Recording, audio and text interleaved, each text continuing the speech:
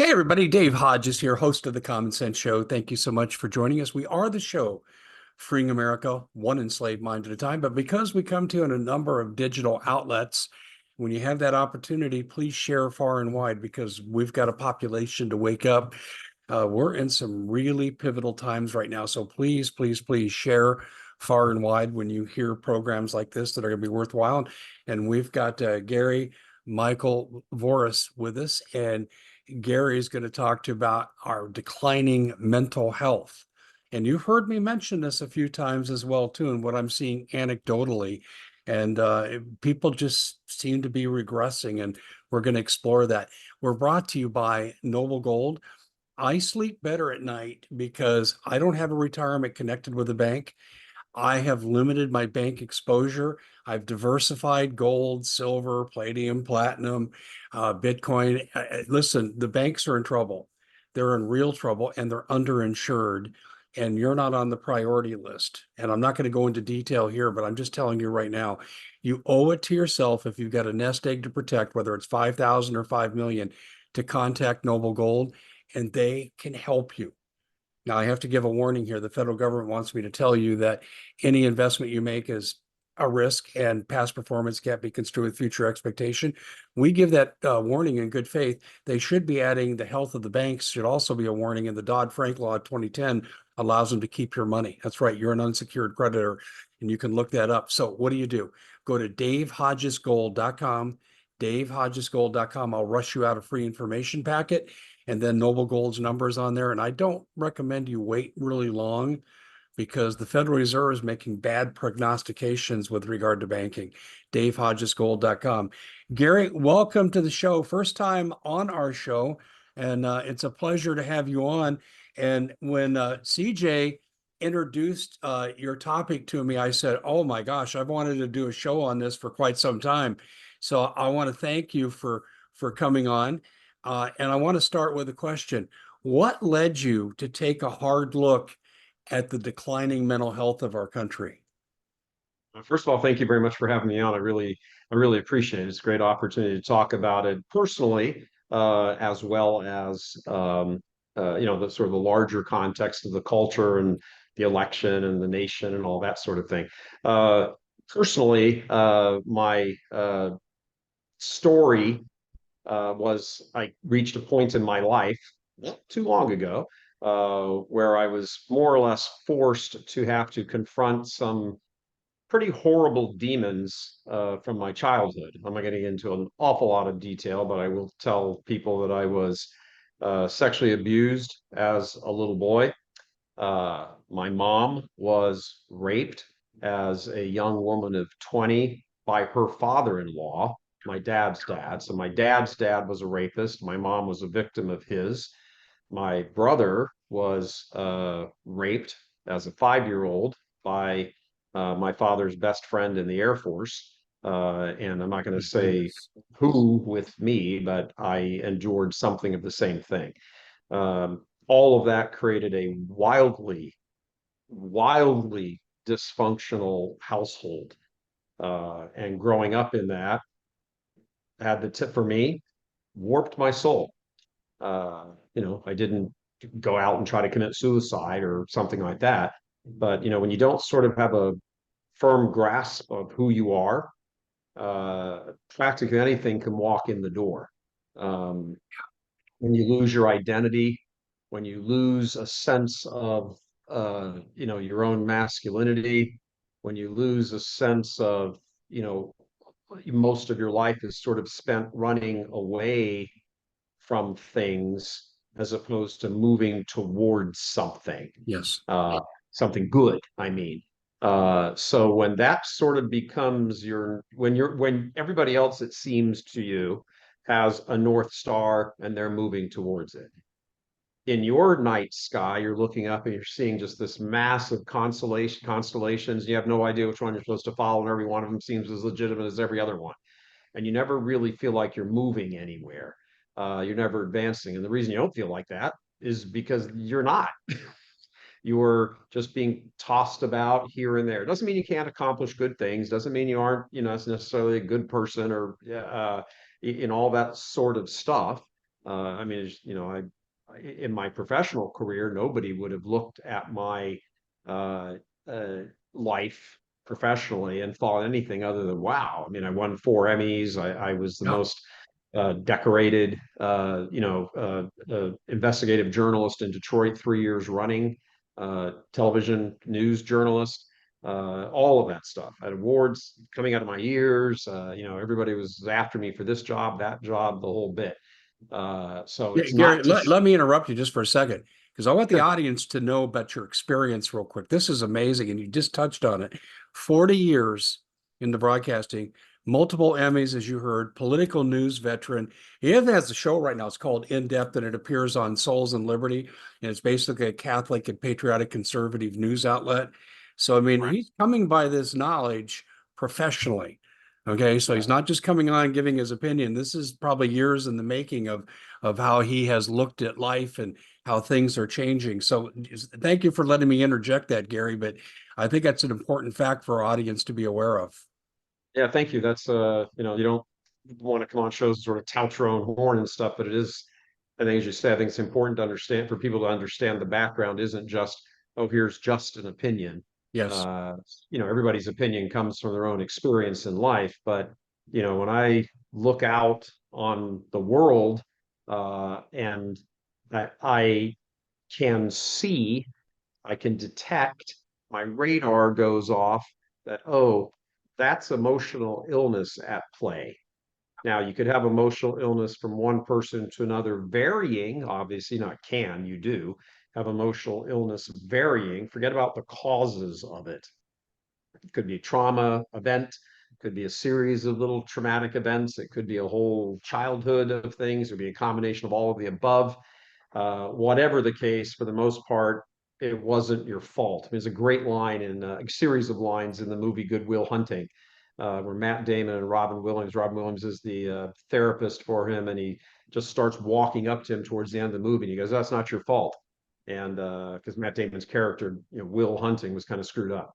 And he says, "It's not your fault." And he goes, "Yeah, yeah, yeah, I know." He goes, "Oh, it's not your fault." "Yeah, yeah, I know." He keeps getting, he gets closer and closer and closer, physically closer to him. And Matt Damon's character breaks down and accepts the fact that, yeah, this wasn't his fault. So emotional illness, depending on what it was, you incorporate it into your own soul as though there's something wrong with you. And if you grow up and move out into the world thinking that, and more than thinking, sorry, feeling that. That's why it's emotional and not an intellectual illness.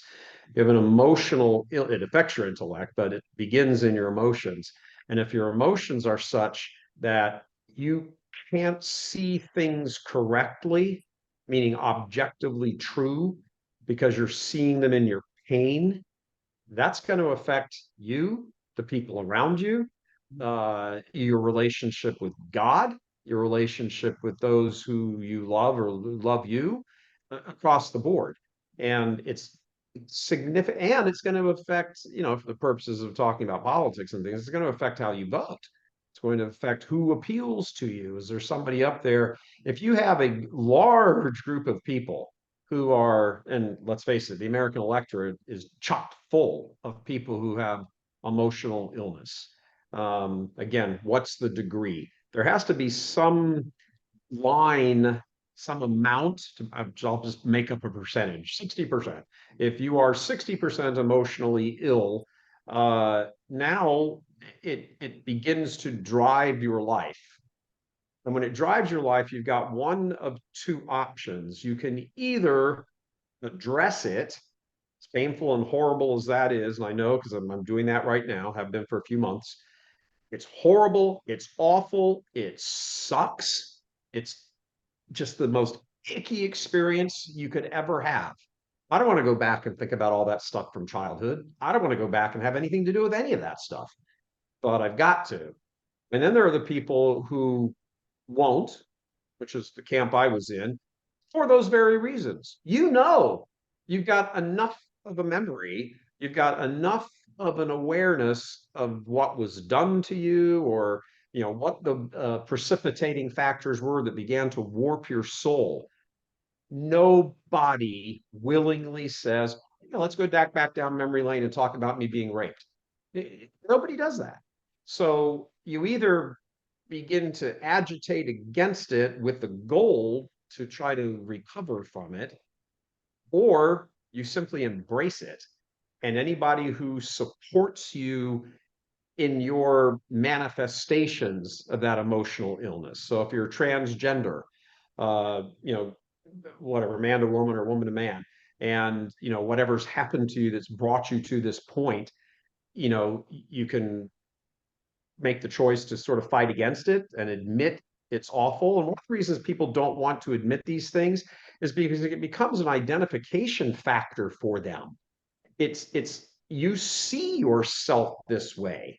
So when you go and start to visit these things or revisit these things, there's kind of an evisceration of self that has to happen so that the full self can emerge. Certainly, you don't just do it just for some, you know, masochistic thing. But nobody in the nobody on the political left who is has their emotional illnesses weaponized against them by the leaders of the political left, communists now, let's call them what they are, they're capitalizing on people's emotional illness.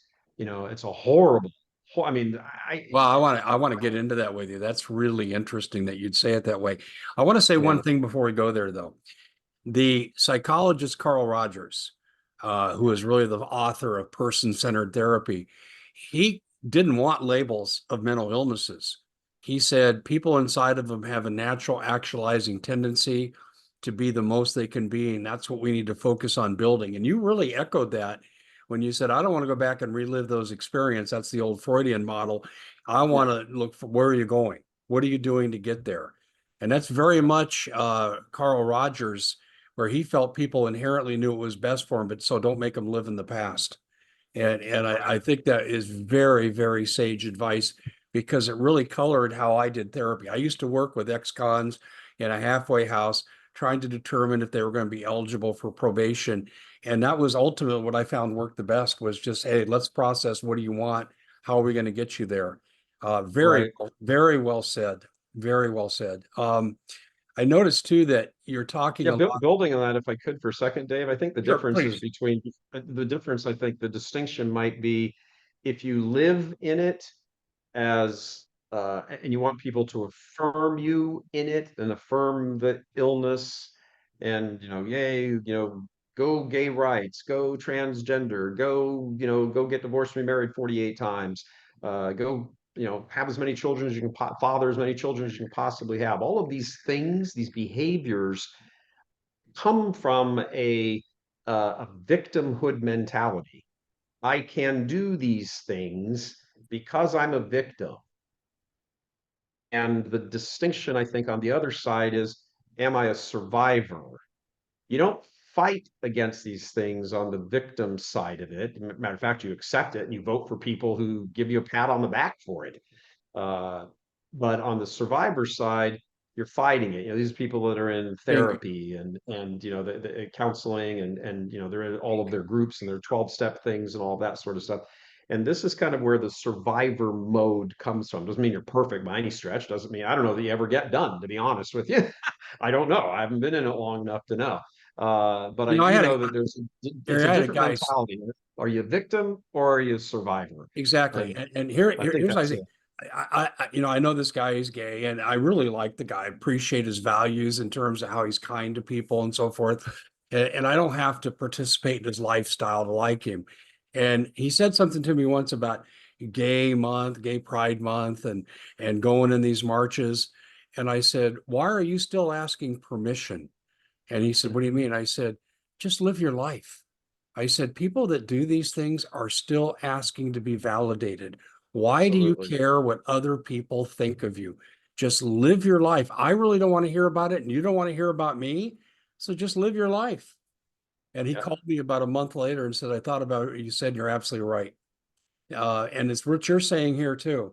But I want to take this into when CJ put us together, she said you wanted to talk about emotionally ill Democrats, and you were just arriving there when I interrupted you with the Carl Rogers thing. So I want to really go there. And I do see some flaming mental illnesses. A lot of it's paranoia, narcissism, personality disorders in general. And I want to get your take on this. I think, look, so what do the Democrats do? The Democrats propose and I got to tell you, there's a part of me that sort of revulses against calling them Democrats. That just seems like they're kind of the other side of the aisle. They're not. They're not just the other side of the aisle. I'm talking about the leadership. I'm talking about the rank and file people. I understand. I presume most rank and file Democrats are just normal Americans who want to kind of get on with their lives or whatever. They think this policy is better than that policy. They haven't been able to sort of step back, although I think a bunch of them are now. They haven't been able to step back and look at things from the 30 or 60,000 foot perspective and say, "Oh, wow, this is really a battle for the survival of civilization, isn't it? This isn't just, hey, how much should the tariff tax be on Chinese goods?" That's Democrat and Republican. This is communist and patriotism. That's the battle here, and the battle is for Western civilization. So when the left, communist, globalist, people who run that show, those people are so whacked in the head, Dave. They are so power hungry. I don't know what happened to them. I don't know if they just have so much money, they're bored, so much wealth and human excess. There's just nothing left to do except try to run the world. What else are you going to do? Exactly right. I don't know what I mean. If you've got $4 trillion sitting in the bank, I mean, you can only go have lunch in Paris and dinner in Berlin, until that gets boring, and hop on your private plane. Which private plane? Fly to the Caribbean. I mean, there's only so much you can do before you just get bored. So what's in their mind? Well, they want domination over people. If they can dominate the world, hey, all the better for them. So they have to put in place a a system and an attached ethos in order to get people to support not their domination of the world, but their portrayal of how much better things will be if they're the ones in charge. Yes. So they lie. Big shock. They lie because their father is the devil. And they present things in such a way that are appealing to people with emotional illness. I stumbled across this fact, and I've said it in a couple other interviews, but I think it really drives home the point. In the 1960s, 70s, 80s, even into the 90s, the percentage of women between the ages of 25 and 40 who were single and childless hovered right around 6% for those roughly 30, 40 years, just kept relatively steady. Today, there is a 400% increase, four-fold increase to almost one out of every four. It's 23% of women between the ages of 25 and 40 are childless, not married, and 54% of them say self-identify as having emotional problems. That part of the electorate is an enormous number of voters, people walking into the booth and voting for the, and what are they voting for? What are they? So, what are some of the things that that their souls are warped? They're warped. And they admit it themselves. Over half admit, it's probably a greater number, but at least of the ones who admit it, over half of them admit that they have emotional problems, emotional disturbances, can't sleep, they're on drugs, they're in therapy or whatever. Uh, all of these sort of telltale signs of something wrong in the soul. They go vote, and what are they voting for? Are they voting for something to go through the muck and help them come out of it better? Or are they going for the low-hanging fruit of, well, you can run around and the government's going to pay for your pride parade. Oh, the government's going to pay for you to have your penis and testicles checked off. And we're going to make sure that there's tampons in your bathroom. We're going to affirm you in all of your emotional illness. Well, for most people, our human nature is, what's the easiest route? What's the safest path? What's the easiest thing to do? And it's hard. It is hard work staring at your own gunk in the mirror and going over it and realizing and, struggling through all of it. I mean, it sucks. Uh, so if you can avoid that, you're going to try to avoid it. And if you've got Kamala Harris standing up on the stage saying, kill your child, and we're going to put tampons in your bathrooms, boys, fifth graders, and make sure that we're going to pay for your transgender surgeries, and we're going to make sure that your fatherless homes are continue to be sucked up by the government, so you become dependent on us. All of this stuff, they're holding out the apple. They're holding out that fruit that, of course, you're going to reach for it because it's the easiest thing to do and the one that presents itself in the short term. And in the short term, it is less painful. It's why people grab it. If it hurt in the short term, like trying to get better does, they wouldn't do it. So, when you've got a political party holding out, nirvana to you in all of your pain that you still know is there.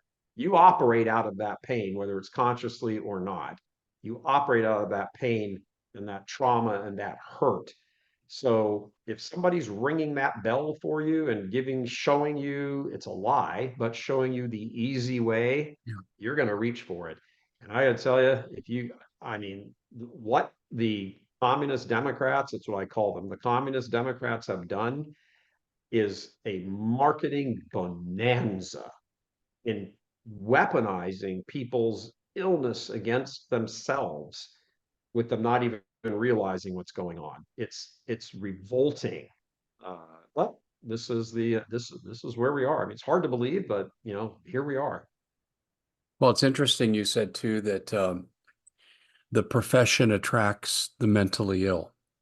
And there's actually research data that backs that up. You're as a politician, you're more likely to have, well, I'll use terms people know, psychopath, sociopath. We actually call it antisocial personality disorder today, but they are 3 times more likely to have that disorder where they don't care about other people, they totally lack empathy. They're 3 times more likely than the next profession, which are CEOs of corporations. So you're right on the money with this. And I think too, the process of what they get involved in exacerbates mental illness. So people who might be, on the border of being mentally ill, they get into this system and it brings out the worst in them. Sure.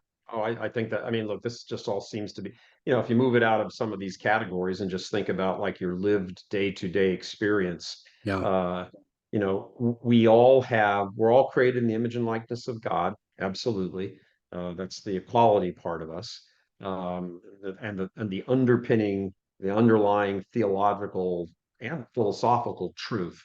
And because of that origin, our destiny is then predetermined for us. We came from God as a thought, and then that thought became materialized, and now our destiny is to be back with Him. All right, so now there's this journey in between. Wish it was that easy, A to B, and we're done. No, there's this thing in between, and this in between treacherous path is a fallen world and various people in this fallen world responding to it differently. And as you said, the antisocial crowd, um, we've all run across these kinds of people in our lives. If even if their name wasn't Obama, Clinton, or whatever, it doesn't matter. Those are all distant to most of us. I'm sure most of our viewers here, listeners, I've never hung around with Barack Obama or Bill or Hillary Clinton, but they have hung around with the same types of people. They've encountered them in their lives. You can't move through your life. Maybe when you're 20, it's different, but when you're 40, 50, 60, and you've moved through a significant portion of your life, you will have bumped into and rubbed elbows with many of these types of people. And you will see, oh, this person is bad. I mean, what do parents do with their children? Good parents do with their children. They're very protective about who their children are hanging around. Who are their playmates? Why? Not just because they might get kidnapped, but because they don't want to have their children being influenced by association of another family with another family where one or two are messed up emotionally that has translated down to the children. And that's it. It's a funny thing. You probably might remember when we were kids, there used to always be a house in the neighborhood or on the block that got the nickname the KoolAid House. which was just a cute little way of saying that that was the house that, all the boys and girls would go gather at, because generally mom, would make pitchers of Kool-Aid for you. It was always nice in the summer. It was a nice little social. You go there to play games and play in the yard and all that sort of thing. Um, I was talking to a couple of moms of different situations, gosh, years ago at this point, and they both mentioned the Kool-Aid House and said that they had made their homes the Kool-Aid House on purpose so they could see the kids up close and personal that their children were associating with. They didn't want the Kool-Aid house to be the house of, kind of some sort of dysfunction 1 or 2 blocks away. They wanted to keep an eye on everything that was going on. That was very wise, I think. And I thought it was interesting that two different moms in two different places, two different states, didn't know each other the whole bit, both said that to me. I thought, yeah, that really makes a lot of sense. So why do you do that? Well, okay, you do that to protect your kids. Are you doing that to protect yourself also? Who are you hanging around with? You hanging around with somebody who's making you a better person, who's drawing you out of the pain because they love you, drawing you out of the pain that you're in so that you can become a better person and address it because they're smart or wise, better way to say it, wise enough to recognize that you're kind of on a path to self-destruction because of whatever the case is. These are the sorts of things that, they just don't get really talked about in America today. I mean, my mom was diagnosed with obsessive compulsive disorder, and back in the, I guess this would have been late 1960s, early 1970s. So it was when we were here in Texas, and the doctor said it is the worst case of OCD he had ever seen, and I can testify. I'm not going to get into the details, but I can testify to you. Yeah, I, Yeah, I know, haven't I seen know it. how damaging that can be. You brought Yeah, up the Kool-Aid house, and I never heard that term before, but you described what I went through. I was like 5 and 6 years old, and there was a family guy, kid my age, Bruce. We were like 5 or 6, and every yeah, day, well, almost every day after school, we would go to the house and we'd watch Superman on TV after yeah, school, and we'd be served Kool-Aid and cookies. And then we'd go out and play baseball or whatever it would be. But it was really fun. But you know what we yeah. saw? The introduction to the show Superman was serving America, truth, justice, and the American way. Kids Yeah. don't see that on TV now. So if they're going to the Kool-Aid house, they're seeing transgender queens, Right, twerk and jerk and look like absolute morons. That's what our kids are seeing today, not what I saw. right. No, it's very true. It's very yeah. The country, and I think it's largely a result of the sexual revolution, which went on to sort of steroid levels with the introduction of contraception. Contraception had the initial and then long-term effect of beginning to break up families. The moment you decouple sex from procreation and make it just about pleasure, well, okay, now it's Nelly bar the doors, right? What, if men who are unfaithful by the millions every week think they can go out and cheat on their wives and they don't have to worry about a pregnancy.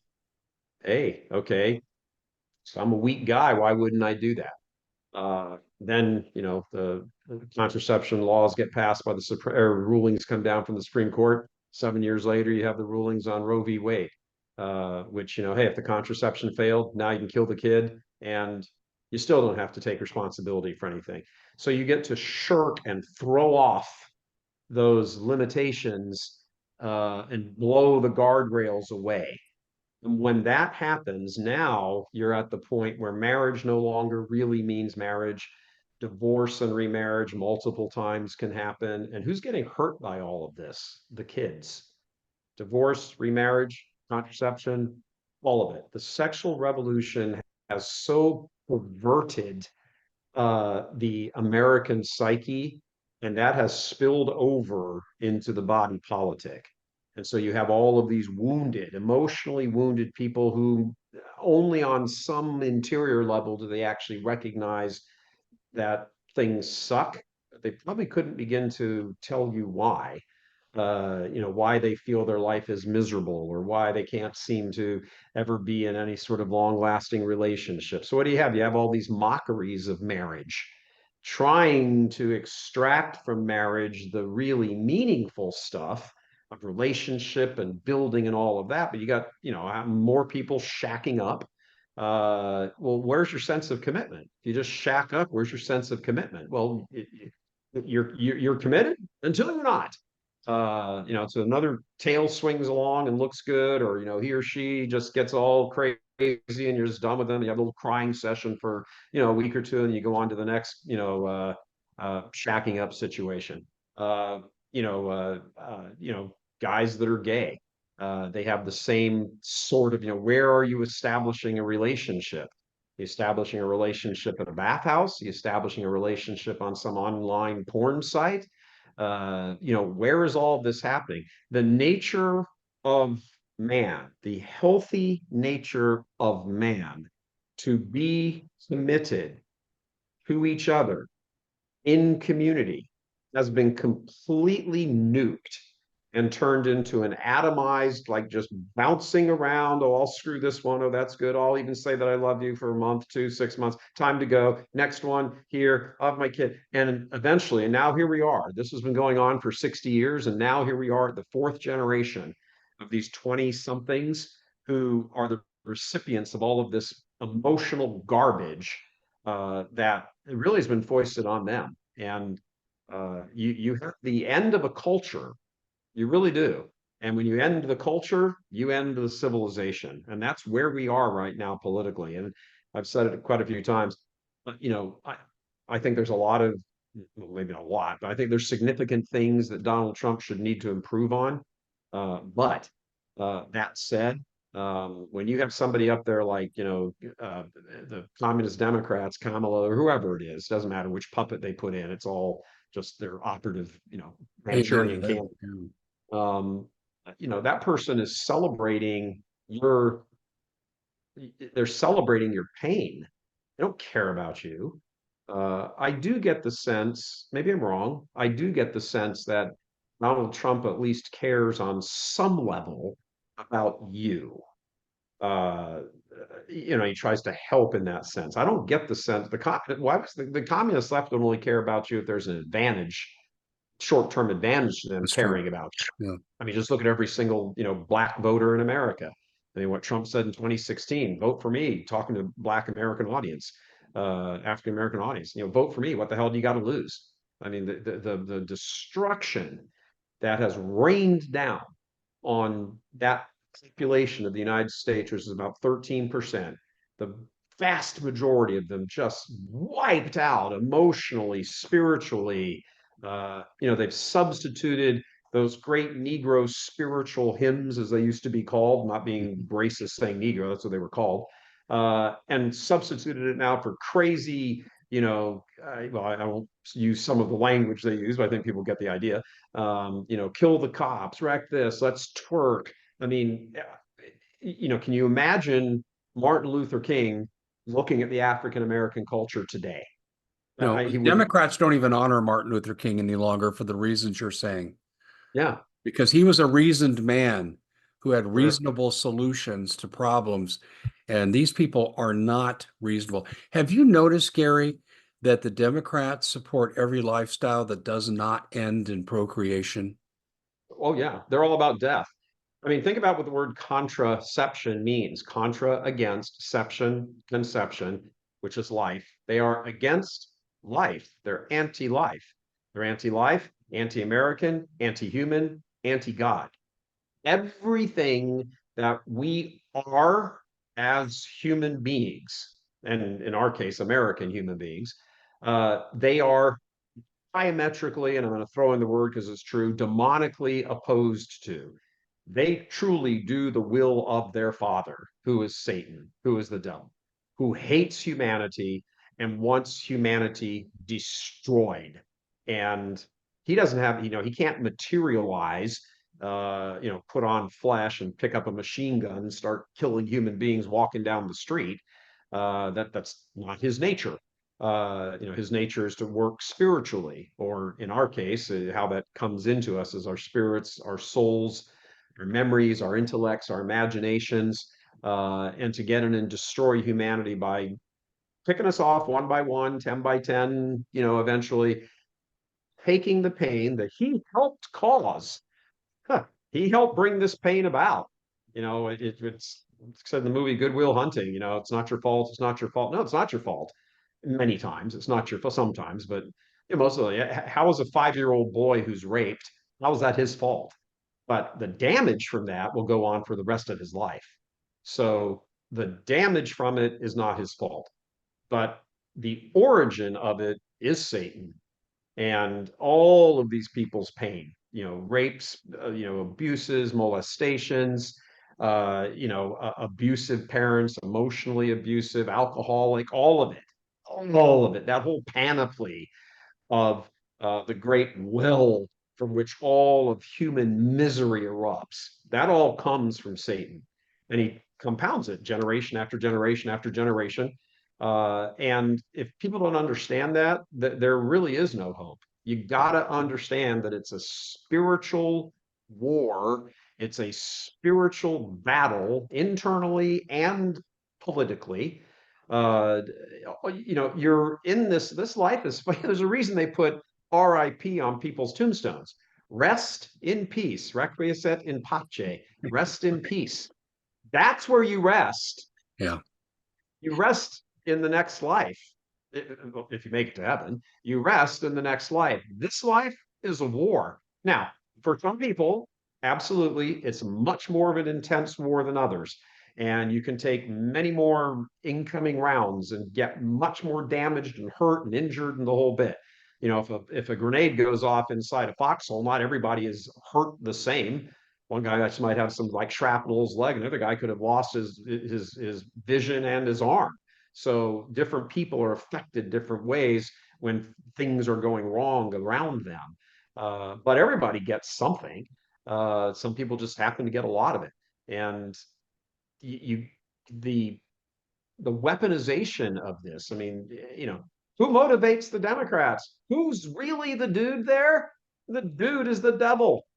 That's who it is, who hates God because he hates humanity and wants to take all of this pain and have humanity implode on itself. He loves this situation. There's that famous Paul Harvey, if I were the devil. Oh, that was So awesome. Yeah. tremendous. I mean, spot on. If I were the devil, if your audience doesn't know about it, I should just go find it somewhere. It's all over the place. If I were the devil, he nails everything. He is the destroyer. He is the accuser. He is the destroyer. He holds you in shame. It holds you, sorry, precipitates you holding yourself in shame, worthlessness, all of it, all of it. I'm not worthy to be loved. Why should anybody care about me? I don't love myself. Why would anybody else love me, including God? All of these kinds of things flow out of a warped soul, a hurt soul. And the longer, further back in time it goes to the person, the greater the chains are around somebody, Yes. spiritual, emotional, all of it. Some cases physical. I mean, people, you drink, you get addicted, you take drugs. I mean, there is no end to the severity of the agony that Satan wants to impose on each soul. There's no end to it. You're absolutely right. There is no end to it. And we are very much in a spiritual war. And you're right. Well, the thing is, and this is a premise I operate from, and setting the, psychopathology, these people aside for a second, there is a sickness of soul. And what a lot of people don't realize, Gary, is freedom comes from God. We have the freedom to choose him. We can be on team Jesus or we can be on team Satan. It's that simple. And people don't recognize that freedom comes from the Lord And this is exactly why Christians get persecuted. This is exactly why the Democrats are about extinguishing freedom, because they want you to bend the knee to their satanic empire. And it's that simple. People don't realize that. And that's exactly it. You know, freedom. We are given freedom uh, so that we have the ability to choose God. We aren't given Exactly. freedom to just do whatever the hell we want to do with it. That's not freedom. That's license. The freedom is given to us so that we can choose God. And when the person who has their freedom has the ability to go do kind of whatever they want, maybe not exactly illegal, but certainly immoral and unethical and bad and unhealthy Sure. and all that stuff. Uh, and they find an escape from their pain in that pain brought on by circumstances created by Satan. Those self medications, that's what they are, at least psychologically in the short term.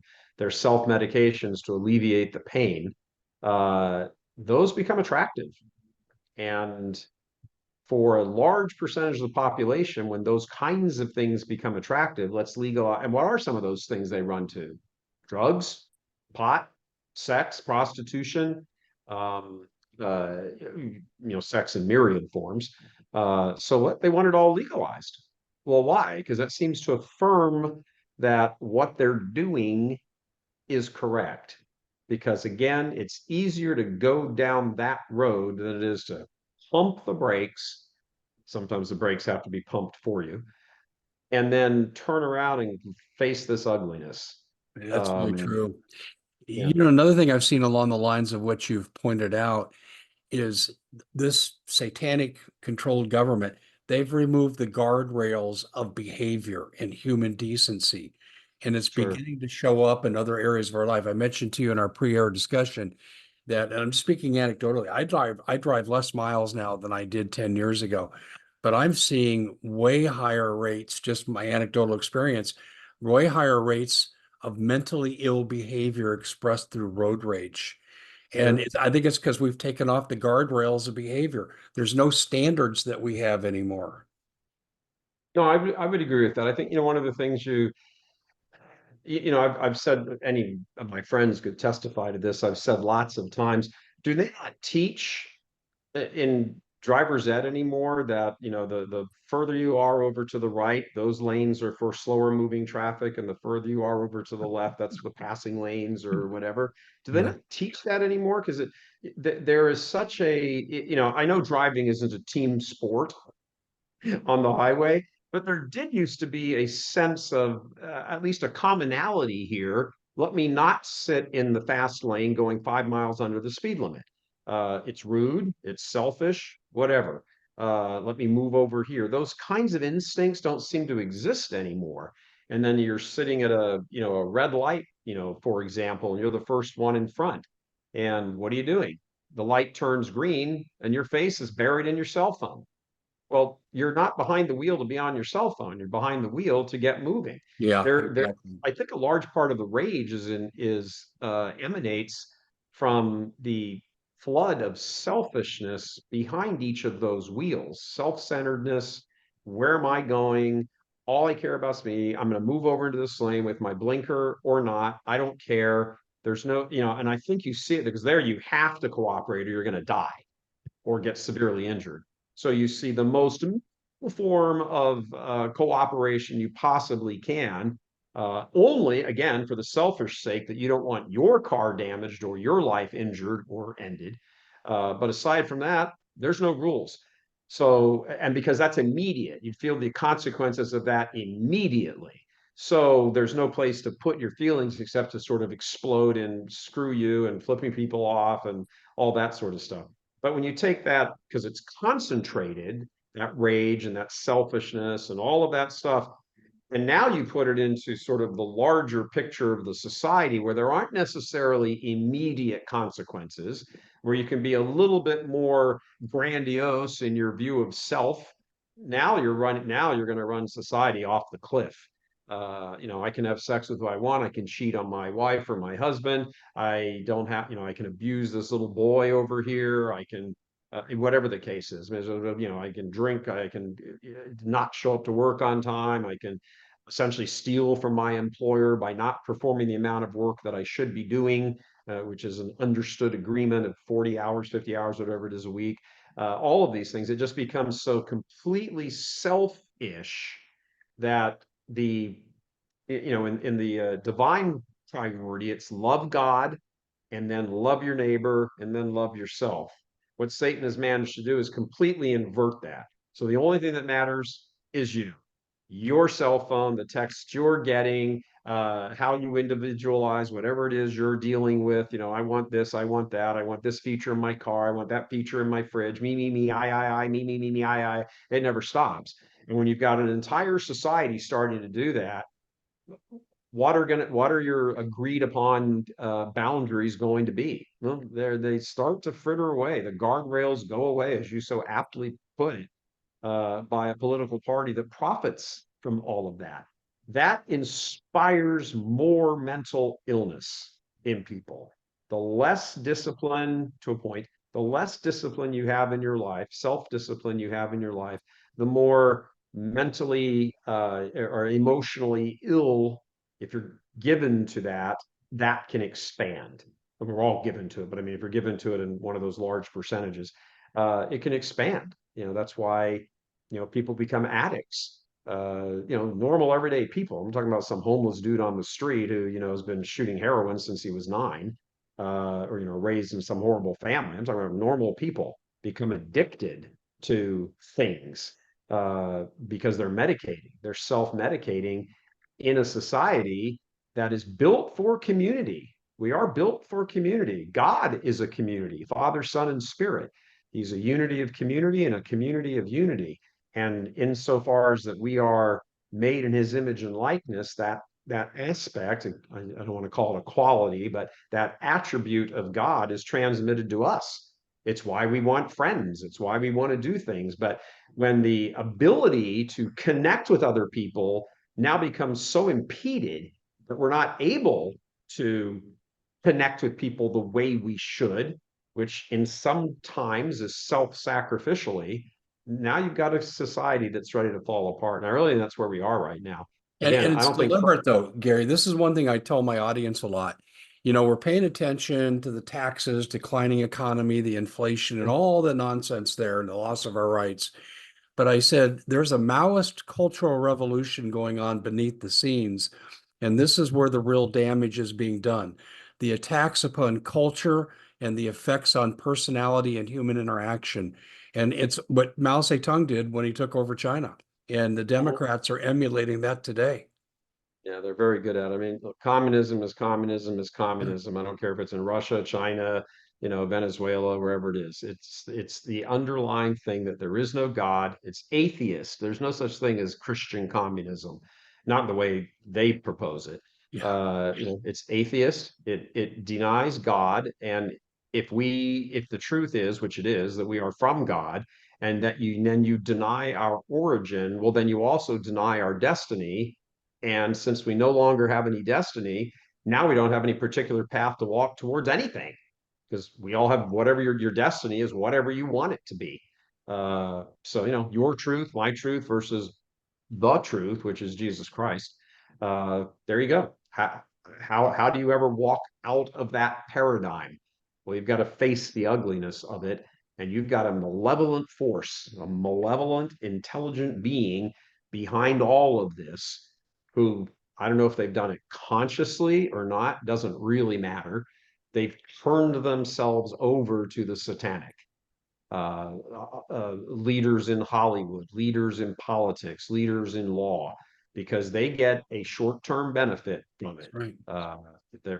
That short-term benefit will expire relatively quickly when it comes around time to expire.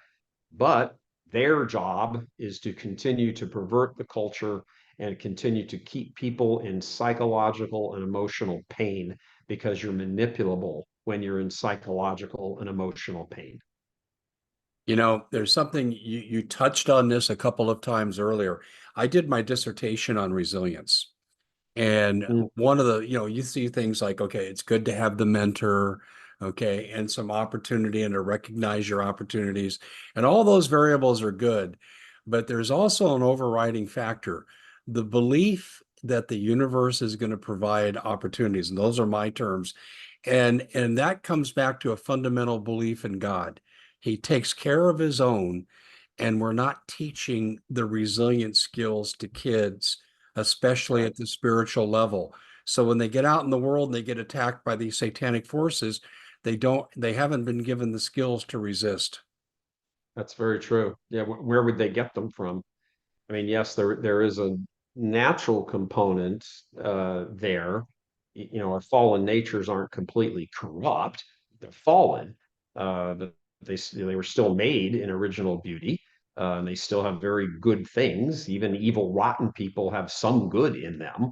Uh, but if it isn't nurtured, if it isn't brought out, if the plant, so to speak, to use the old analogy, isn't watered routinely intended to. If the garden isn't kept up, it will quickly turn into an ugly weed patch. You just got to sort of mow under and start over with. Yeah, Uh, it's exactly. yeah, you need people, you need forces outside of yourself to help mold you for the good. So the good predominates in your life. That's what the church used to do, used to be relatively effective at. In some cases, and here and there, and smatterings and stuff, it still is. But that was never the role of government. The role of government was never to make you good. The role of government was to insist that here are the guardrails.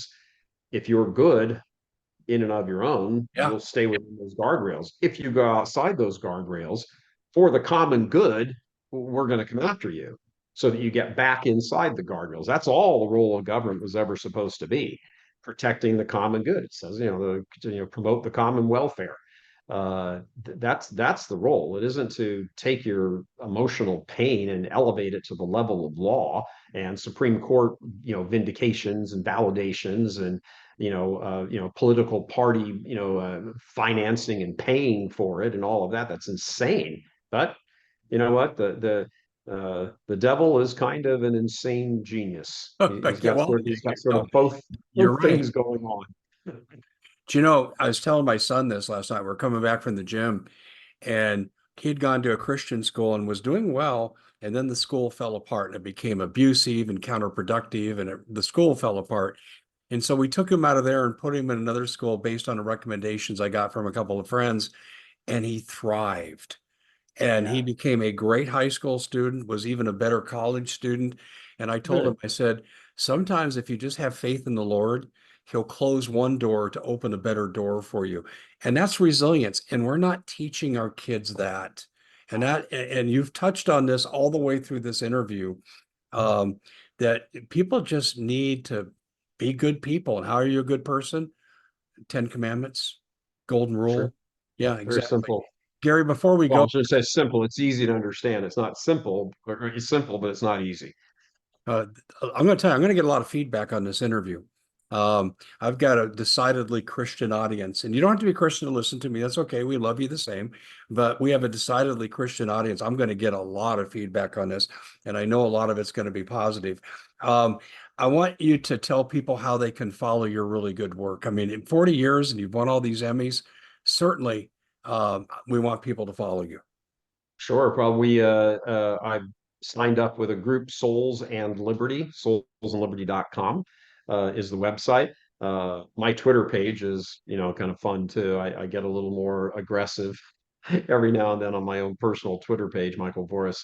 But yeah, soulsandliberty.com is where everything is. That's the great movement effort of a bunch of very, very dedicated people who are very mission oriented. They get all of this and they want nothing more than to help preserve the good of the culture. There's still a lot of good out there, but the bad needs pushing back against hard, very hard. Soulsandliberty.com. I think that's tremendous here. I smell a book in the future. Maybe there should be. I'm planning to see. Your story is compelling, Gary. It really is. It's Thank you. compelling. And what you're saying is the antidote to the evil that's permeated our government right now and is poisoning our society. And I really want to push people to the show here. And I want to repeat this before we sign off. The show is called In Depth Souls and Liberty, a Catholic patriotic conservative news outlet. And you can certainly search engine that if you forgot, or you can just say Gary Michael Voris, Voris. Gary, been a very, very enlightening segment here on the show. I want to thank you so much for coming on and for the work that you do. Much appreciated for the opportunity. God bless you, Dave, and God bless your entire audience. Let's get out there and, as I say at the end of everyone, fight, fight, fight. I think Oh, everybody will get that. that's a great quote to end on. Thank you. Yes, I yes, can it tell you've is. been doing this for 40 years. It shows. Thanks, Gary. Thank you, Dave. God bless. God bless you.